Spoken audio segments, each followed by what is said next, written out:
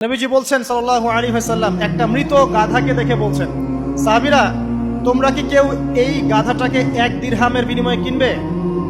কান কাটা মৃত বলে আছে, এই গাধাটাকে কিনবা 1 দিরহাম দিয়ে? সাহাবীরা বলছেন মাংনা দিলেও তো কিনবো না। ইয়া রাসূলুল্লাহ, যদি ফ্রিও কেউ দেয়, বিনামূল্যে দেয়, তাও তো নিব না। তখন নবী সাল্লাল্লাহু আলাইহি ওয়াসাল্লাম বলছেন, এটাই হচ্ছে আল্লাহর কাছে দুনিয়ার এক্সাম্পল। ওই মৃত গাধা তোমাদের কাছে যতটা না ইম্পর্টেন্ট, যতটুকু মূল্য রাখে, আল্লাহর কাছে এই দুনিয়া তার চেয়েও কম মূল্য রাখে। এই দুনিয়াতে তো সব ফয়সালা হবে না। আমরা তো হতাশ হয়ে যাই না যে দুনিয়াতে এমন কেন, এটা কেন, ওইটা কেন। দুনিয়া এটারই জায়গা। দুনিয়া সবকিছুর কনক্লুশনের জায়গা না, সবকিছুর পরিসমাপ্তির জায়গা হচ্ছে কিয়ামতের মাঠ। ওই দিন যে সফল সে সফল, যে ব্যর্থ সে ব্যর্থ। দুনিয়ার বাড়ি গাড়ি, স্ট্যাটাস, চাকরি বাকরি, ইজ্জত সম্মান, এটা সাফল্য ব্যর্থতার মানদণ্ড নয়, চূড়ান্ত মানদণ্ড নয়। চূড়ান্ত মানদণ্ড কি? ফামান যুহজিহা আনিন নার ওয়া উদখিলাল জান্নাহ ফাকাদ ফাজ। যাকে জাহান্নাম থেকে বাঁচানো হবে, জান্নাতে প্রবেশ করানো হবে, পুলসিরাত পার হতে পারবে, এই একমাত্র ব্যক্তি সফল। সাফল্যের সংজ্ঞাটা জেনে রাখবেন, তাহলে আপনি দুনিয়াতে হতাশ হবেন না ইনশাআল্লাহ।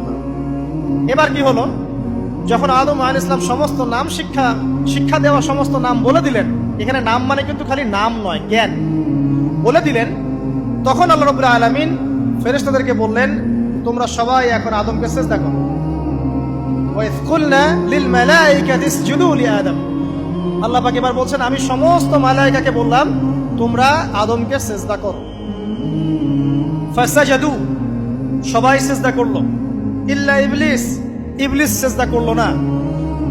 কেন করলে না? ইবলিসকে বলা হচ্ছে, ইয়া ইবলিস মা মানাকা আল্লা তাসজুদা ইয আমারতুক। তোমাকে কে নিষেধ করলো সিজদা করতে ওই আদমকে যাকে আমি আদেশ করেছি? কে নিষেধ করলো? তখন ইবলিস বলছে, খলাকতানি মিন নার ওয়া খলাকতাহু মিন তিন। আমাকে সৃষ্টি করেছেন আগুন দিয়ে আর আদমকে সৃষ্টি করেছেন মাটি দিয়ে, আমি কিভাবে তাকে সিজদা করতে পারি? ইবলিস বলতে চাইলো যে আপনি যে বলছেন আদমকে সিজদা করো, আদম তো মাটির তৈরি, আমি তো আগুনের তৈরি, তাহলে আপনি ভুল বলছেন। নাউজুবিল্লাহ। আগুন কেন মাটির সামনে নত হবে? মাটি আগুনের সামনে নত হওয়া উচিত। তার কেয়াস হচ্ছে এমন। কেয়াস মানে কি? তার এটা কি? হ্যাঁ, তার এটা যুক্তি, তার এটা যুক্তি এবং দর্শন যে আমি কেন তাকে সিজদা করব? আমি তো আগুনের তৈরি আর আদম হচ্ছে মাটির তৈরি। তো খলাকতাহু মিন নার ওয়া খলাকতানি মিন তিন, খলাকতানি মিন নার ওয়া খলাকতাহু মিন তিন। আমাকে সৃষ্টি করেছেন আগুন দিয়ে, আদমকে সৃষ্টি করেছেন মাটি দিয়ে। আবা ওয়াস্তাকবারা, আল্লাহ পাক বলছেন সে উদ্ধত হলো এবং অহংকার প্রদর্শন করল। আর আল্লাহ পাক অনেক কিছু মাফ করে দেন, কিছু কিছু বিষয় আল্লাহ পাক মোটেই পছন্দ করেন। তার মধ্যে একটা হচ্ছে অহংকার, তার মধ্যে একটা হচ্ছে শিরক, তার মধ্যে একটা হচ্ছে অন্যের হক নষ্ট করা, তার মধ্যে একটা হচ্ছে আদম সন্তানকে হত্যা করা, তার মধ্যে একটা হচ্ছে বৃদ্ধ বয়সে ব্যভিচার করা, তার মধ্যে একটা হচ্ছে মুরতাদ হয়ে যাওয়া। ওই যে খ্রিস্টান হয়ে যাচ্ছেন না, খালি মরেন তারপর বুঝবেন, খালি মালাকুল মউত আসুন তারপর বুঝবেন। আল্লাহ রাব্বুল আলামিন বলছেন তার রাসূলের মাধ্যমে, কেউ যদি সাক্ষ্য দেয় আল্লাহ ছাড়া কোনো মাবুদ নাই, মুহাম্মদ সাল্লাল্লাহু আলাইহি ওয়াসাল্লাম শেষ নবী, ঈসা ইবনে মারইয়াম আল্লাহর প্রেরিত নবী, আল্লাহর পুত্র নন, জান্নাত সত্য এবং জাহান্নাম সত্য, এই 5টা বিষয় যদি কেউ সাক্ষ্য দেয়, ইনশাআল্লাহ সে জান্নাতে যাবে, তার আমল যেমনই হোক না কেন। টাকার বিনিময়ে, চাকরির বিনিময়ে, সমাজ সেবার নামে আর চিকিৎসার নামে ঈমান বিক্রি করে ফেললেন, সুবহানাল্লাহ, সুবহানাল্লাহ। তোমাদের এই পৃথিবীতে বেঁচে থাকার চাইতে মাটির তলে চলে যাওয়া ভালো। আবর্জনার কোনো প্রয়োজন নাই আল্লাহর এই জমিনে। এই মুসলিম উম্মার আবর্জনার কোনো প্রয়োজন নাই। এই মুসলিম উম্মার ইমানদার সাহসী তরুণ প্রজন্মের দরকার। আল্লাহ পাক কবুল করুন, আমিন। এরপরে কি হলো? ইবলিস সিজদা করলো না, আবা ওয়াস্তাকবার, সে উদ্ধত হলো এবং অহংকার প্রদর্শন করলো। এবার আল্লাহ পাক জিজ্ঞাসা করলেন, কেন করলে না? কেন করলে না? সে বললো যে আগুন দিয়ে সৃষ্টি করেছেন আমাকে, তাকে সৃষ্টি করেছেন আপনি মাটি দিয়ে, সো আপনি ভুল, আমি সঠিক, আমি কেন তাকে সিজদা করব? আল্লাহ পাক তখন আর তার প্রতি রহম করলেন না। আল্লাহ পাক তখন তাকে বলছেন, ফাখরুজ মিনহা, এখান থেকে বেরো। আল্লাহ পাক যেমন গফুর রহিম, আরহামুর রহিমিন, ঠিক তেমনি আল্লাহ পাক শাদীদুল ইকাব, কঠিন শাস্তি দাতাও বটে। আল্লাহ পাক শুধু কি দয়াই করবেন, শাস্তি দিবেন না? দিবেন। ফাখরুজ, অপদস্থ হয়ে, লাঞ্ছিত হয়ে এখান থেকে বের হয়ে যাও। এখানে অহংকার করার অধিকার তোমাকে দেওয়া হয় না, এখান থেকে বের হয়ে যাও। এবার ইবলিস বের হয়ে যাচ্ছে। বের হয়ে যাওয়ার সময় ইবলিস বলছে রব্বি। কি বলছে? রব্বি। দেখেন, ইবলিস আল্লাহকে বলছে রব্বি, মানে ইবলিস আস্তিক, ইবলিস কি আস্তিক ইবলিস আল্লাহ বিশ্বাস করে। ইবলিস বলছে রব্বি, হে আমার রব, আনজিরনি ইলা ইয়াউমি ইউবআসুন, আমাকে কিয়ামত দিবস পর্যন্ত অবকাশ দেন। আমাকে তো বের করে দিচ্ছেন, ঠিক আছে, আমাকে কিয়ামত দিবস পর্যন্ত অবকাশ দেন। শব্দ চয়ন হচ্ছে রব্বি, হে আমার রব, মানে ইবলিস কিন্তু নাস্তিক না। তাহলে এখন যারা এই যে এথিজমে বিশ্বাস করছেন, আসলে এরা কেউ নাস্তিক না, এরা ইসলাম বিদ্বেষী। কখনো দেখবেন না তাদেরকে অন্য ধর্মের কোনো বিষয় নিয়ে কটু মন্তব্য করছে, প্রশ্ন উত্থাপন করছে, এমনটা খুব কমই দেখবেন। এদের যত মাথা ব্যথা ইসলাম নিয়ে। এখানে দেখেন ইবলিসের কথা বলছি, ইবলিস কিন্তু আস্তিক। ইবলিস কি বলছে? রব্বি আনজিরনি ইলা ইয়াউমি ইউবআসুন, হে আমার রব। ইবলিস জানে যে আল্লাহ তার রব। ওই যে সূরা হাশরের শেষের দিকে পড়ে দেখবেন ইবলিস বলে উকফুর, তোমরা কুফরি করো। তারপরে মানুষ যখন কুফরি করে সে বলে আমি ইন্নী আখাফুল্লাহ রাব্বাল আলামিন, আমি আল্লাহকে ভয় করি যে জগৎ সমূহের প্রতিপালক। শয়তানকে মানুষকে জিজ্ঞাসা করবে জাহান্নামীরা, তুমি আমাদেরকে পথভ্রষ্ট করেছো। শয়তান বলবে আমি কিচ্ছু করি নাই, আমি তোমাদেরকে কোনো কাজে ফোর্স করি নাই, আমি শুধু তোমাদেরকে ওয়াসওয়াসা দিয়েছি, তোমরা নিজেরাই কাজ করছো। ফালা তালুমুনি ওয়ালুমু আনফুসাকুম, সূরা ইব্রাহিম পড়ে দেখেন। শয়তান বলবে তোমরা আমাকে লানত করো না, নিজেদেরকেই লানত করো, আমি তো তোমাদেরকে বাধ্য করে কাজ করাই নাই, তোমরা নিজেরাই করেছো এই কাজ। আসুন সামনে যাই। এবার আল্লাহ পাক যখন ইবলিসকে বের করে দিলেন, সে বলছে আমাকে কিয়ামত পর্যন্ত অবকাশ দিন। কিয়ামত পর্যন্ত অবকাশ নিয়ে ইবলিস কি করবে? উত্তর, ইবলিস বলছে ফাবিমা আগওয়াইতানি, হে আল্লাহ, যে কারণে বা যে আদমের কারণে আপনি আমাকে এখান থেকে বের করে দিলেন, লাআকউদান্না লাহুম সিরাতাকাল মুস্তাকিম, আমি সে আদম সন্তানের সরল পথে ওত পেতে বসে থাকবো। শয়তানের কথা কি মনে থাকবে যুবক ভাইরা? শয়তানের চ্যালেঞ্জ কি? আমি আদম সন্তানের সরল পথে ওত পেতে বসে থাকবো, মানে আমার আপনার সবার পথে সে ওত পেতে বসে আছে। এটা যদি মাথায় থাকে তাহলে জীবনে চলা সহজ হয় না? আর কি করবো? সুম্মা লাআতিয়ান্না মিন বাইনি আইদিহিম, শুধু বসেই থাকবো না, আমি আসবো তাদের সামন থেকে, ওয়া মিন খালফিহিম, তাদের পিছন থেকে, ওয়া আন আইমানিহিম, তাদের ডান দিক থেকে, ওয়া আন শামাইলিহিম, তাদের বাম দিক থেকে, ওয়ালা তাজিদু আকসারাহুম শাকিরিন, হে আল্লাহ, আপনি বেশিরভাগ আদম সন্তানকে শুকরগুজার পাবেন না। কার কথা? শয়তানের এই কথাটা কি সত্য না মিথ্যা? এখন বেশিরভাগ লোক নামাজ পড়ে না পড়ে না? পড়ে। বেশিরভাগ মুসলিমের দাড়ি আছে না নাই? বেশিরভাগ মুসলিম সুদ খায় না খায় না? এখন বেশিরভাগ তরুণ প্রজন্মের জেনায় আছে না নাই? পর্নোগ্রাফি সবাই দেখে না দেখে না? অন্যের সম্পদ আত্মসাৎ মানুষ করছে না? দুর্নীতি করছে না? ঘুষ খাচ্ছে না? ইসলামের বিধান 100% পালন করে কত পার্সেন্ট মানুষ? খুব কম। আচ্ছা বাদ দেন এত বড় বড় কথা, শুধু কোরআনুল কারীম তেলাওয়াত করতে পারে কতজন মানুষ? বলি না আমরা 90% মুসলিমের বাংলাদেশ, তো 90% মুসলিমের বাংলাদেশে কত ভাগ মুসলিম কোরআন তেলাওয়াত করতে পারে? একটা শুমারি করে দেখেন, কোরআন শুমারি। এটা কোরআন শুমারি করে দেখেন যে কত পার্সেন্ট মুসলিম শুদ্ধ করে কোরআন পড়তে পারে। যারা পড়তে জানে তাদেরও পড়া যে কত ভুল আছে, আলেম ওলামার কাছে গেলে বুঝতে পারবেন। আর এই ভুলের কারণে যে অর্থ কত পরিবর্তন হচ্ছে আপনি তো জানেনই না। তো এই যে শয়তান বলেছে ওয়ালা তাজিদু আকসারাহুম শাকিরিন, আপনি বেশিরভাগই শুকরগুজার পাবেন। তো কথা সত্য না মিথ্যা?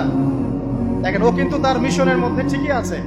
কথা যে সত্য তার প্রমাণ সহিহ বুখারীর একটা হাদিস, যেটা 4 বার এসেছে বুখারীর মধ্যে, যে আদম আলাইহিস সালামকে ডাকা হবে কিয়ামতের মাঠে, ডেকে বলা হবে তোমার সন্তানদের মধ্য থেকে জাহান্নামীদেরকে আলাদা করে দাও। আদম আলাইহিস সালাম বলবেন কতজনকে আলাদা করে দিব? আল্লাহ পাক বলবেন প্রতি 1099 জনকে জাহান্নামের জন্য আলাদা করে দাও। শয়তানের কথা ঠিক না বেঠিক? এবার আল্লাহ রাব্বুল আলামিন তাকে বের করে দিলেন। ইবলিস এবার বের হয়ে গেল, চ্যালেঞ্জও করলো।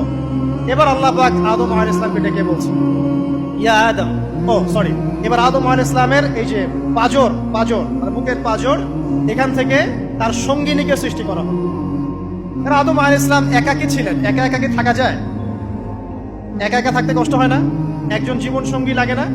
তো আদম আলাইহিস সালামের এই বাম পাঁজরের হাড় থেকে হাওয়া আলাইহিস সালামকে সৃষ্টি করা হলো। সৃষ্টি করার পর আরো একটা ঘটনা আছে যে আল্লাহ রাব্বুল আলামিন আদম আলাইহিস সালামের পিঠের যে অংশটুকু আছে, এই অংশটুকু থেকে আগামীতে যত আদম সন্তান আসবে সবাইকে ছোট ছোট পিঁপড়ার আকৃতিতে সামনে নিয়ে দেখালেন। সুবহানাল্লাহ। যত আদম সন্তান আসবে আল্লাহ পাক সবাইকে আদমের সামনে দেখালেন এবং বললেন এই যে শুভ্র অংশ যারা, মানে সাদা অংশ যারা, তারা তোমার সন্তানদের মধ্য থেকে সবাই জান্নাতি। আর তোমার এই যে বাম পাশে যেগুলো কালো কালো ছোট ছোট আকৃতি দেখছো, এগুলো সব তোমার সন্তানদের মধ্য থেকে জাহান্নামী। আমরা দোয়া করি আমরা তাদের অন্তর্ভুক্ত না হই। এবার আল্লাহ পাক সবাইকে বললেন, সূরা আরাফের মধ্যে আসছে 182 নম্বর আয়াতে মনে হয়, আল্লাহ পাক বলেন, আলাস্তু বিরব্বিকুম, হে আদমের সন্তানরা, আমি কি তোমার রব নই? আমি কি তোমাদের রব নই? আলাস্তু বিরব্বিকুম, আমি কি তোমাদের রব নই? আলাস্তু বিরব্বিকুম, আমি কি তোমাদের রব নই? আমরা সবাই তখন বলেছিলাম, বালা ইয়া রব্বি, অবশ্যই আপনি আমাদের রব। আমরা এখন ভুলে গেছি না? আমরা সবাই এই সাক্ষী দিয়ে আসছি রুহের জগতে। আর রুহের জগৎ বলে একটা জগৎ আছে, অনেক জগৎ আছে। রুহের জগৎ একটা, দুনিয়ার জগৎ একটা, জিন জাতির জগৎ আলাদা, বারজাখ পরকালে যে কবরে রাখার পরে বারজাখের জগৎ একটা, আর দারুল করার যেটা হবে একদম জান্নাত জাহান্নাম, ওটা আরেকটা জগৎ। এই যে মহাবিশ্ব যে সম্প্রসারিত হচ্ছে, এক এক গ্যালাক্সিতে এক একটা জগৎ না, এরকম বহু জগৎ আছে। রুহের জগতে আমরা এই ওয়াদা আল্লাহর কাছে করে এসেছি। এটাকে আহদে আলাস্তু বলে। কি বলে? আহদে আলাস্তু, মানে আলাস্তু বিরব্বিকুম, আমি কি তোমাদের রব নই? আমরা বলেছিলাম হ্যাঁ, আপনি আমাদের রব। একটা মজার কথা আছে এখানে। যখন আদম আলাইহিস সালাম দেখছিলেন তার সন্তানদেরকে সাদা সাদা আকৃতি ছোট ছোট, এর মধ্যে একটা সন্তানকে দেখে, একজন সন্তানকে দেখে তার প্রচন্ড ভালো লেগেছিল এবং তিনি অত্যন্ত সুদর্শন ছিলেন। তাকে দেখে তার প্রচন্ড রকম ভালো লেগেছিল। আল্লাহ পাককে তিনি জিজ্ঞাসা করলেন, হে আল্লাহ, আমার সন্তানদের মধ্যে কে, এই সুন্দর সন্তান কে? আল্লাহ পাক বললেন, সে হচ্ছে তোমার সন্তান দাউদ। কি নাম?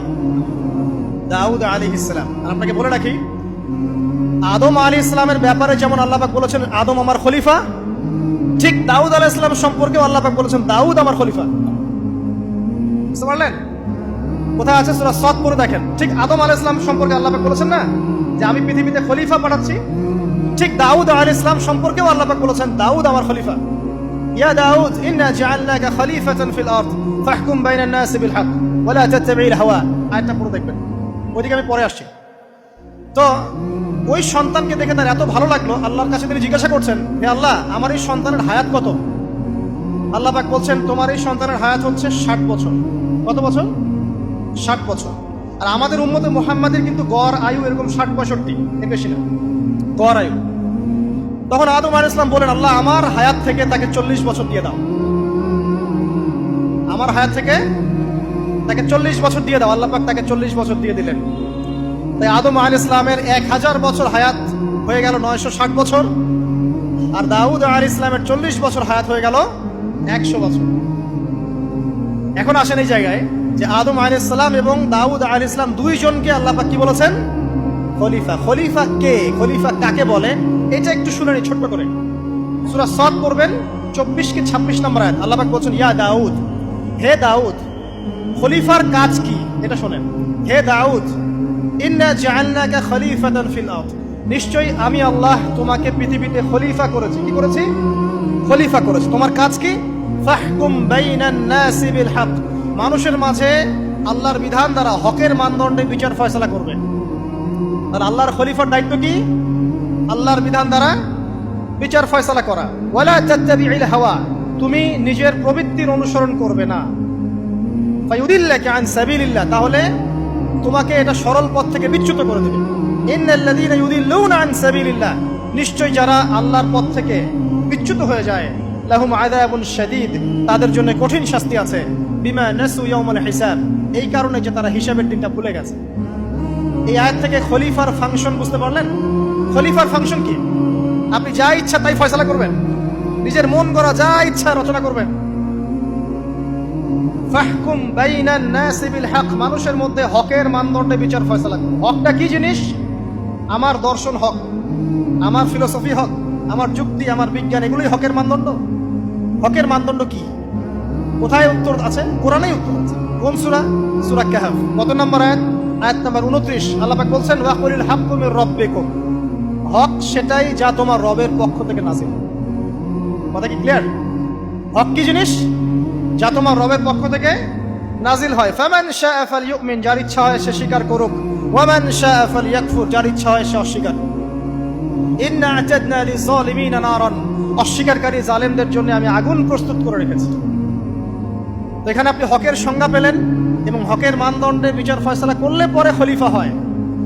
যদি আল্লাহ পাকের হকের মানদণ্ডে কেউ ফয়সালা না করে, সে আল্লাহর খলিফা নয়, সে শয়তানের খলিফা।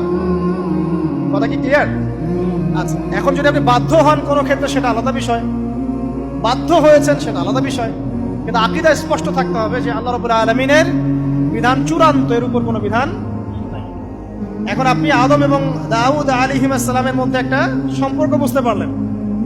এবার আল্লাহ পাক আদম আলাইহিস সালামকে ডাকলেন, ডেকে বলছেন, আদম এবং হাওয়া, তোমরা দুজন উসকুন আনতা ওয়া যাওজুকাল জান্নাহ, এবার তুমি আর তোমার স্ত্রী হাওয়া তোমরা জান্নাতে থাকো।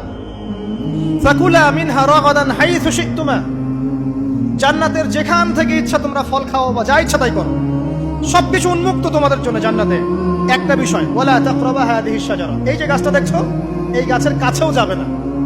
এখানে শব্দ এমন না যে গাছের ফল খাবে না, শব্দ হচ্ছে এমন গাছের কাছেও যাবে না। যেমন ওয়ালা তাকরাবু জিনা, জিনা করবে না আল্লাহ পাক বলেননি, বলেছেন জিনার কাছেও যাবে না। ওয়ালা তাকরাবু মাল আল ইয়াতীম, ইয়াতীমের মাল খাবে না আল্লাহ পাক বলেন নাই, আল্লাহ বলছেন ইয়াতীমের মালের কাছেও যেও না। আমি কি বুঝাতে পারছি? এই গাছের কাছেও যেও না। এবার জান্নাতে তারা থাকতে লাগলেন। এবার ইবলিস তো আর হাল ছেড়ে দেয় নাই, সে কি বলেছিল, ডান বাম সামন পিছন সব দিক থেকে আসবে। সে এসে ওয়াসওয়াসা দেয়। কি ওয়াসওয়াসা দেয়? হে আদম, হাল আদুল্লুকা, আমি কি তোমাকে বলে দিব, আলা শাজারাতিল খুলদ ওয়া মুলকিন লা ইয়াবলা, হে আদম আমি কি তোমাকে বলে দিব এমন একটা গাছের কথা, যেই গাছের ফল খেলে পরে তুমি চিরস্থায়ী জীবন লাভ করবে, কোনোদিন মারা যাবে না। এই চিরস্থায়িত্বের টোপ দিচ্ছে কে? এই চিরস্থায়ী ক্ষমতার টোপে মানুষ পথ হারাচ্ছে না পৃথিবীতে। ওয়া মুলকিন লা ইয়াবলা, এমন রাজত্ব পাবে যেই রাজত্ব কখনো ক্ষয় হবে না। চিরস্থায়িত্বের টোপ, রাজত্বের টোপ, এই দুটোই হচ্ছে পৃথিবীতে মানুষকে পথভ্রষ্ট করার শয়তানের অস্ত্র। কথা মনে বুঝতে পারেন না? আমার মাথার উপর দিয়ে যাচ্ছে, বুঝতে পারবেন ইনশাআল্লাহ। তো টোপ দিচ্ছে দুইটা, হাল আদুল্লুকা আলা শাজারাতিল খুলদ ওয়া মুলকিন লা ইয়াবলা। করতে করতে করতে করতে একদিন সত্যি সত্যি আমাদের পিতামাতা সেই গাছের কাছে চলে গেলেন। যখনই চলে গেলেন, ফালাম্মা যাকা শাজারা, যখন তারা গাছের কাছে চলে গেলেন, বাদাত লাহুমা সাওআতিহিমা, তাদের পরনে যে জান্নাতি কাপড় ছিল ধাপাস করে খুলে পড়ে গেল। ইন্না লিল্লাহি ওয়া ইন্না ইলাইহি রাজিউন। আমাদের পিতামাতাকে পুরো মহাবিশ্বে ফেরেশতাদের সামনে জান্নাতে নগ্ন করে দিল ইবলিস। আমি মনে বুঝাতে ব্যর্থ হচ্ছি। আমাদের পিতামাতাকে জান্নাতে ফেরেশতাদের সামনে, সবার সামনে নগ্ন করে কাপড় খুলে ফেললো কে? ইবলিস। তো এখন যে কাপড় খোলার সংস্কৃতি চলছে, কারা এরা? ওরা জিন শয়তান, এগুলো মানুষ শয়তান। শয়তান দুই প্রকার, মিনাল জিন্নাতি ওয়ান নাস, জিন শয়তান আর মানুষ শয়তান। ওই জিন শয়তান এদেরকে ওয়াসওয়াসা দিয়ে দিয়ে নগ্ন করেছে। এরা এখন নগ্নতার আন্দোলন শুরু করেছে, এবং আমি জানি কয়দিন পরে এটা বিকিনি পরেও ঘুরবে। অবাক হচ্ছেন? এই আমাদের আলামতের মধ্যে অন্যতম হচ্ছে মানুষ রাস্তার ধারে ধারে জেনা করবে, রাস্তার মনে মনে জেনা হবে। তখন তার সবচেয়ে ভালো মানুষ হবে সেই ব্যক্তি যে গিয়ে বলবে, বাবা তোমরা জেনা করছো, এই দেয়ালের পিছনে গিয়ে করতে পারলা না, সে হবে সবচেয়ে ভালো মানুষ। এই যে কাপড় খোলার সংস্কৃতি শুরু হয়েছে, এটা কার সংস্কৃতি? বাদাত লাহুমা সাওআতিহিমা। আল্লাহ পাক আরো বলছেন, ইয়া বানি আদম, হে আদম সন্তান, লা ইয়াফতিনান্নাকুমুশ শাইতান, শয়তান যেন তোমাদেরকে ফিতনায় ফেলতে না পারে। কামা আখরাজা আবাওয়াইকুম মিনাল জান্নাহ, ঠিক যেভাবে শয়তান তোমাদের পিতামাতাকে জান্নাত থেকে বের করে দিয়েছিল। আর কি করেছিল? কামা আখরাজা আবাওয়াইকুম মিনাল জান্নাহ ইয়ানজিউ আনহুমা লিবাসাহুমা, শয়তান তোমাদের পিতামাতার লেবাস পোশাক খুলে ফেলেছিল।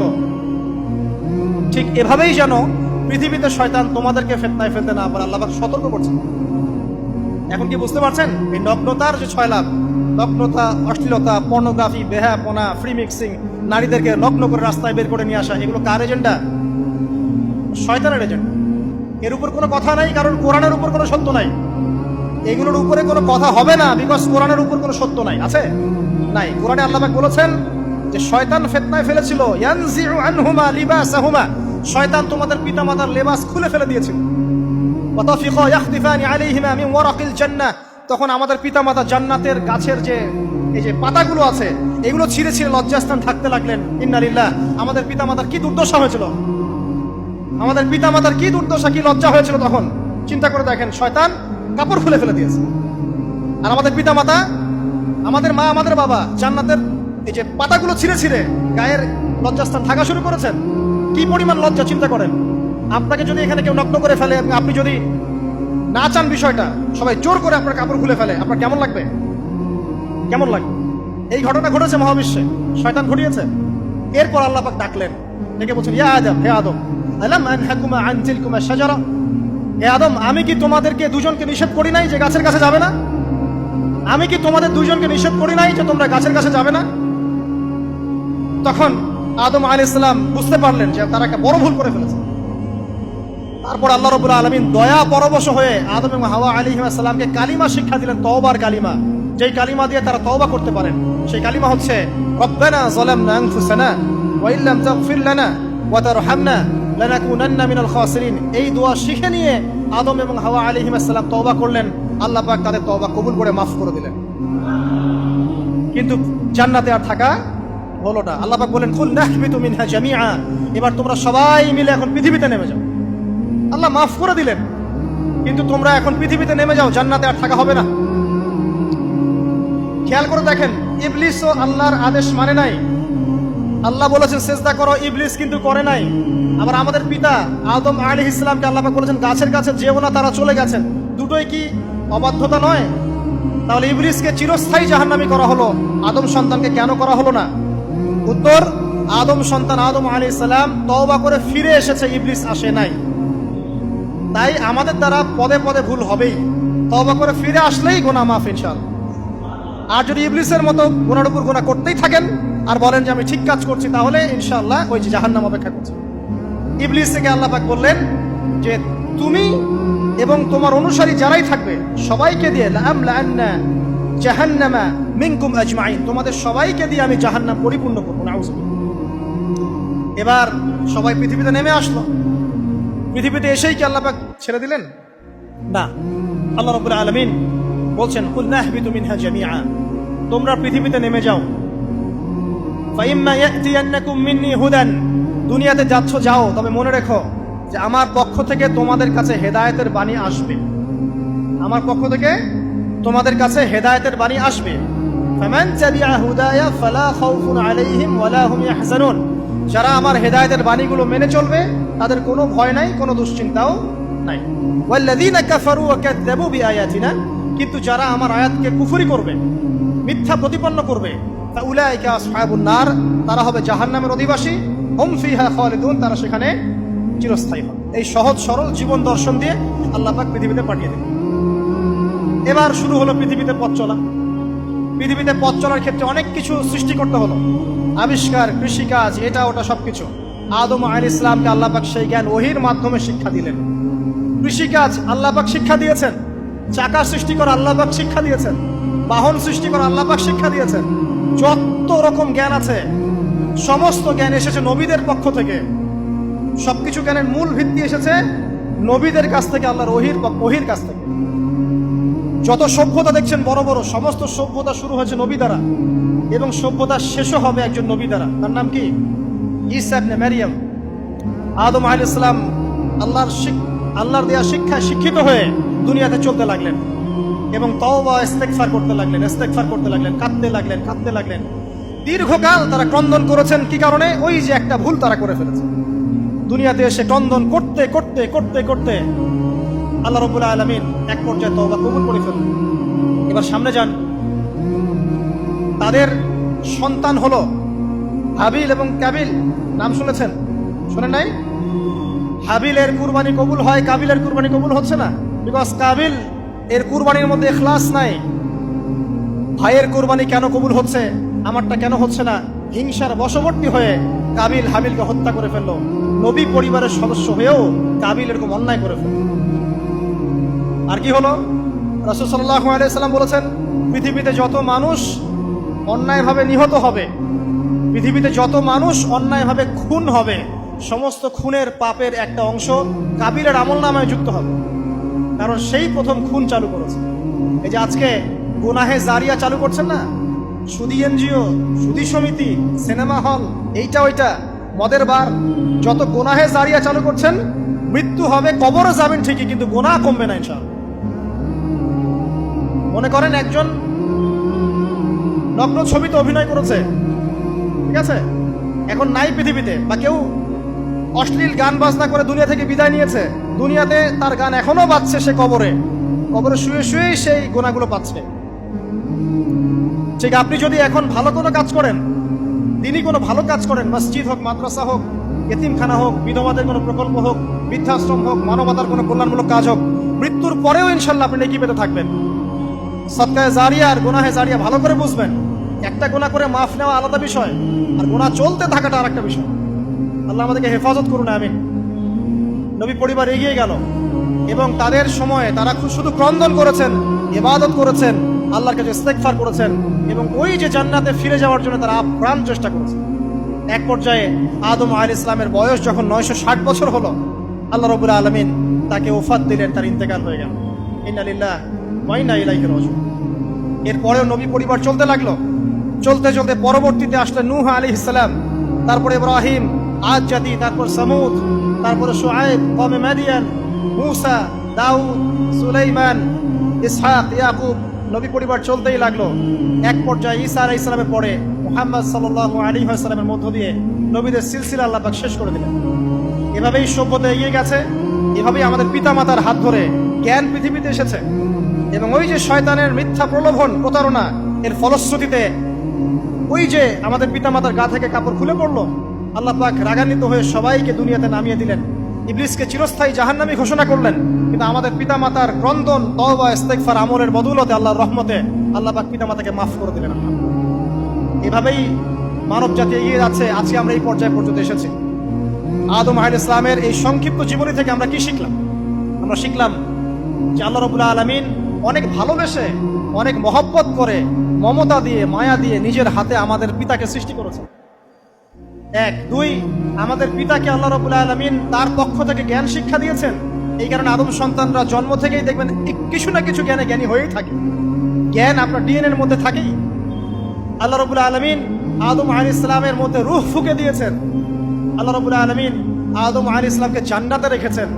আল্লাহ রাব্বুল আলামিন গাছের কাছে যাওয়ার পরেও তওবা ইস্তেগফারের মধ্য দিয়ে তাকে মাফও করে দিয়েছেন। আল্লাহ রাব্বুল আলামিন আদম এবং হাওয়া আলাইহিস সালামের মধ্য দিয়ে এই পৃথিবীতে মানব জাতির সিলসিলা অব্যাহত রেখেছেন এবং কিয়ামত পর্যন্ত যত আদম সন্তান আসবে তাদের জন্য আল্লাহ পাক তার পক্ষ থেকে হেদায়েত প্রেরণ করেছেন। এক যুগে তাওরাত এসেছে, কখনো জাবুর, কখনো ইনজিল, কখনো কোরআন, সর্বশেষ টেস্টামেন্ট হিসেবে কোরআন এসেছে। এখন যদি এই ওহীর বাণী, কোরআন এবং এর ব্যাখ্যা হাদিস আমরা মেনে চলি, ইনশাআল্লাহ তাআলা আমরা আবার সেই জান্নাতে ফিরে যাব যেখান থেকে আমাদেরকে নামিয়ে দেওয়া হয়েছে। আর যদি আমরা কোরআন এবং হাদিস বা আল্লাহর ওহীর পরোয়া না করি, এর আলোকে জীবন না করি, তাহলে ওই ইবলিসের সাথেই আমাদেরকে জাহান্নামে থাকতে হবে। নাউযুবিল্লাহ। আল্লাহ রাব্বুল আলামিন আমাদের সবাইকে কোরআন এবং সুন্নাহ, আল্লাহর ওহী মেনে চলার তৌফিক দান করুন এবং ইবলিসের খপ্পর থেকে আল্লাহ পাক আমাদেরকে বাঁচিয়ে রাখুন। ইবলিসের যত এজেন্ট আছে, ওদের যে দুরভিসন্ধি, ষড়যন্ত্র এবং শয়তানি ফাঁদ, এগুলো থেকে আল্লাহ পাক আমাদেরকে, আমাদের মা বোনদেরকে, আমাদের পরিবারের সদস্যদেরকে, আমাদের সমাজকে, রাষ্ট্রকে আল্লাহ পাক হেফাজত করুন, বাঁচিয়ে রাখুন। আমিন।